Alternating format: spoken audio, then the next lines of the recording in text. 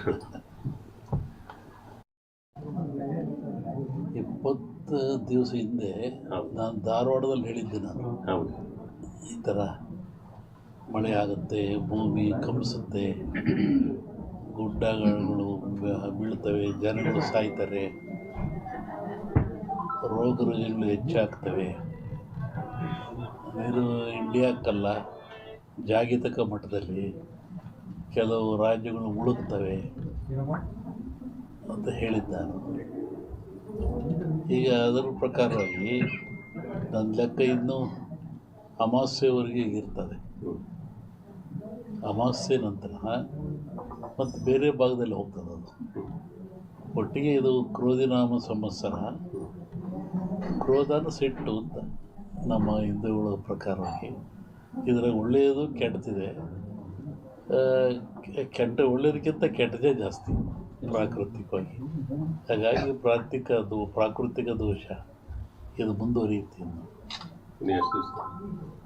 ನನ್ನ ಲೆಕ್ಕದಲ್ಲಿ ಅಮಾವಾಸ್ಯೆವರೆಗೂ ಒಂದು ಭಾಗದಲ್ಲಿ ಕಮ್ಮಿ ಆಗ್ತದೆ, ಅಮಾವಾಸ್ಯೆಗಳು ಮತ್ತೊಂದು ಭಾಗದಲ್ಲಿ ಜಾಸ್ತಿ ಆಗ್ತದೆ. ಇದು ಇಂಡಿಯಾಗೆ ಅಂತೆಲ್ಲ ಹಲವರು ವರ್ಲ್ಡ್ ಹೇಳ್ತಿರೋದು. ನಾನು ಹೇಳಿದ್ನಲ್ಲ, ಜಲಕಂಟಕ ಇದೆ, ಎಲ್ಲ ಡ್ಯಾಮ್ಗಳು ತುಂಬ್ತವೆ ಅಂತ ಹೇಳಿದ್ದೆ ನಾನು. ಇದೆಲ್ಲ ನಡೆದಲ್ಲಿ ಹೇಳಿದ 20 ದಿವಸ ಧಾರವಾಡದಲ್ಲಿ ಹೇಳಿದ್ದೆ ನಾನು. ಇದು ನಡೆದಿರೋದೆಲ್ಲ ಅದೇ ಅನಿಷ್ಟ ಜಾಸ್ತಿ. ಆಮೇಲೆ ಕರ್ನಾಟಕ ಪೊಲಿಟಿಕ್ಸು. ಒಬ್ಬ ಸನ್ಯಾಸಿ ತಪಸ್ಸಿ ಕೂತಿದ್ದಂತೆ. ಒಬ್ಬ ಬೇಡ ಒಂದು ಜಿಂಕೆ ಹೊಡಿಸ್ಕೊಂಬಂದಂತೆ ಕೊಲ್ಲಕ್ಕೆ ಅಂತ. ಅವನ ಮುಂದೆ ಹೋಯ್ತಂಥದ್ದು ಜಿಂಕೆ. ಅವನು ಬೇಡ ಬಂದ,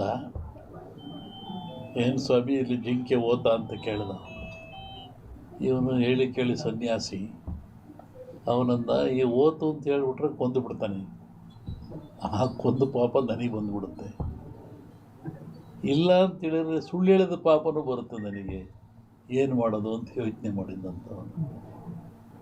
ಆಮೇಲೆ ಮತ್ತೆ ಅವನ ಆಸೆ ಕೇಳಿ, ಎಲ್ರಿಗೊಂದು ಹೇಳ್ರಿ ಇದ್ರಿ ಸ್ವಾಮಿಗಳು ಇಲ್ಲೇ ಓತಲ್ಲ. ಅದಕ್ಕೆ ಅವನು ಸನ್ಯಾಸಿ ಹೇಳಿದಂತೆ, ಯಾವುದು ನೋಡ್ತು ಅದಕ್ಕೆ ಮಾತಾಡೋಕ್ಕೆ ಬರಲ್ಲ, ಯಾವುದು ಮಾತಾಡ್ತು ಅದು ನೋಡಲಿಲ್ಲ, ಏನು ಮಾಡಪ್ಪ ನಾನು. ಕಣ್ಣು ನೋಡ್ತು, ನಿನಗೆ ಕಣ್ಣೇ ಹೇಳಬೇಕು ಓತು ಅಂತ, ಅದು ಮಾತಾಡಲ್ಲ. ಆದರೆ ನ್ಯಾಲಿಗೆ ಮಾತಾಡುತ್ತೆ, ಅದು ನೋಡಲಿಲ್ಲ, ನಾನೇನು ಮಾಡೋಣ ಅಂತ. ಹಂಗೆ ಈ ರಾಜಕಾರಣ ಹೇಳ್ಬೇಕಾದ್ರೆ ನಾವು ಹುಷಾರಾಗಿ ಹೇಳ್ಬೇಕಿದ್ರಲ್ಲಿ. ಇನ್ನೂ ಒಂದು ಹೇಳಿದ್ದು ನಾನು 20 ಹಿಂದೆ, ಮಹಾಭಾರತದ ಸನ್ನಿವೇಶ ತಗೊಂಡು ವೀರನಾಗಿರ್ತಕ್ಕಂಥ ಅಭಿಮನ್ಯುವನ್ನು ಕಾರಣ ಎಲ್ಲ ಸೇರಿ ಆ ಬಿಲ್ಲಿನ ದಾನವನ್ನು ಕಟ್ಟು ಮಾಡಿ ಅವನು ಮೋಸದಲ್ಲಿ ಕೊಲ್ತಾರೆ ಅಂತ.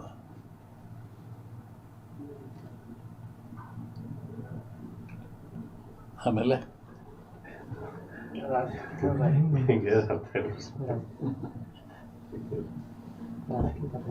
ಸಂಸತ್ನಲ್ಲಿ ಅದನ್ನ ಅಂದಾರ, ರಾಹುಲ್ ಗಾಂಧಿ ಅದನ್ನ ಅಂದಾರ ಸಂಸತ್ನಲ್ಲಿ. ರಾಷ್ಟ್ರ ರಾಜಕಾರಣದ ಬಗ್ಗೆ ಹೇಳೋದಾದ್ರೆ ಅಲ್ಲೂ ಮಹಾಭಾರತದಲ್ಲಿ ಕೃಷ್ಣ ಇದ್ದ ಅಂತ ಭೀಮ ಗೆದ್ದ, ದುರ್ಯೋಧನ ಸೋತ.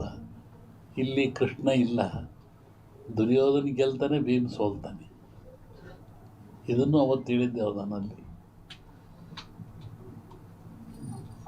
ಕರ್ನಾಟಕ ರಾಜ್ಯದ ಮುಖ್ಯಮಂತ್ರಿಗಳ ಬದಲಾವಣೆ ಆಗೈತೆ, ಅದು ಸಮಯ CM ಬದಲಾವಣೆ ಆಗೈತೆ. ಈಗ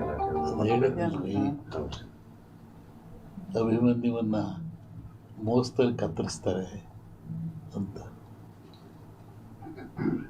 CM ಬದಲಾವಣೆ ಸದ್ಯಕ್ಕೆ ತೊಂದರೆ ಕಾಣ್ತಾ ಇಲ್ಲ, ಮುಂದೆ ತೊಂದರೆ ಇದೆ. ಹೇಳಿದ್ನಲ್ಲ ಸನ್ಯಾಸಿ ಕತೆ, ನಮ್ಮನ್ನು ಅಡ್ಡಾಡ್ದಾಗ ಮಾಡಿಬಿಡ್ತೀರ. ಆಮೇಲೆ ನನ್ನ ಪಾರ್ಲಿಮೆಂಟಿಂದ ಕೇಳಿರು ಧಾರವಾಡದಲ್ಲಿ ವರ್ಷದಿಂದ, ನಮ್ಮ ಊರಿಗೆ ಬಿಡ್ಸಲ್ಲಪ್ಪ ಹೇಳ್ಬಿಟ್ಟು ನಾನಿದನ್ನು.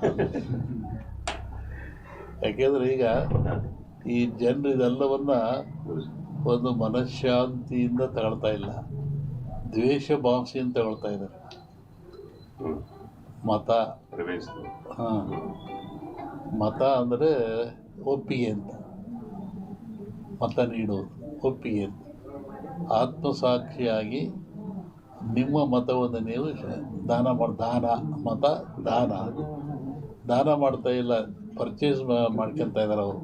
ಸೇಲ ಹೀಗಾಗಿ ರಾಷ್ಟ್ರ, ರಾಜ್ಯ, ರಾಜಕೀಯ ಯಾವಾಗ ಎಲ್ಲಿವರೆಗೂ ನೀವು ಕೂಡ ಮತ ಪರ್ಚೇಸ್ ಆಗುತ್ತೆ ಅಲ್ಲಿವರೆಗೂ ಲಾಭ ನಷ್ಟ ಇರೋದೆ. ಲಾಭ ಯಾರು ಮಾಡ್ಕೊತಾರೆ, ನಷ್ಟ ಯಾರು ಮಾಡ್ಕೊತಾರೆ? ಸೋತನ ಸತ್ತ, ಗೆದ್ದನ ಸೋತ. ಒಂದು ಎಲೆಕ್ಷನ್ ಅಂದರೆ ಒಂದು 50-60 ಕೋಟಿ ಬೇಕು. ಮತ್ತು ಹೆಂಗೆ ನೈಜ ರಾಜಕಾರಣ ಅಪೇಕ್ಷೆ ಪಡ್ತೀವಿ?